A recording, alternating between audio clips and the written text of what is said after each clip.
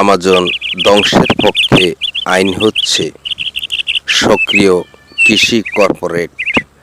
ব্রাজিলের আমাজন জুড়ে থাকা বিভিন্ন প্রদেশে পাস হচ্ছে বনাঞ্চল ধ্বংসের পক্ষে আইন।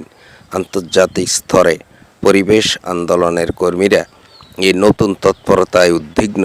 ব্রাজিলে আমাজনের বিস্তীর্ণ বনভূমি সুরক্ষায় আন্দোলন গভীর প্রভাব ফেলেছে রাজনীতিতে। উল্টো দিক কি রয়েছে বহুজাতিক কৃষি কর্পোরেট লবি। বরাবরই মারাত্মক শক্তিশালী এই লবির সমর্থন পেয়েছে উগ্র দক্ষিণপন্থী রাষ্ট্রপতি জেয়ার বোলসোনারো। ব্রাজিলের শেষ রাষ্ট্রপতি নির্বাচনে জয়ী হন বামপন্থী লুলা দা সিলভা। বিজয় ভাষণে লুলা জানিয়েছিলেন, আমাজন রক্ষা, বিশেষ করে আদিতা বিপন্ন বিভিন্ন জনগোষ্ঠী এবং তাদের জীবিকা রক্ষাই সবচেয়ে আগের লক্ষ্য হবে। আমাজন অঞ্চলের অন্যতম প্রদেশ রনডোনিয়ায় পাশ হয় একটি আইন।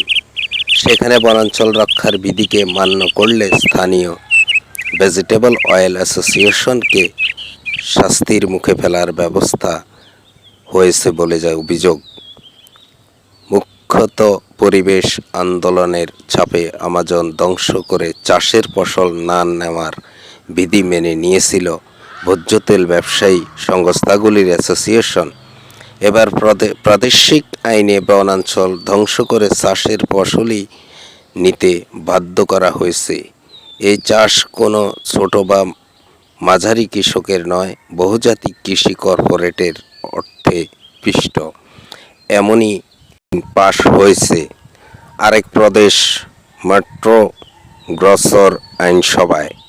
মাটো গ্রোসো কৃষি কর্পোরেটের মতদে বিপুল সম্পদশালী কৃষি ব্যবসায় ঘাঁটি। পরিবেশবিদরা বলেছেন, বনাঞ্চল ধ্বংস করে সয়াবিনের মতো চাষ বন্ধ হওয়ায় বন রক্ষার হার ছিল প্রায় 69%। গত 18 বছর ধরে এই নিষেধাজ্ঞার জন্য লড়াই হয়েছে।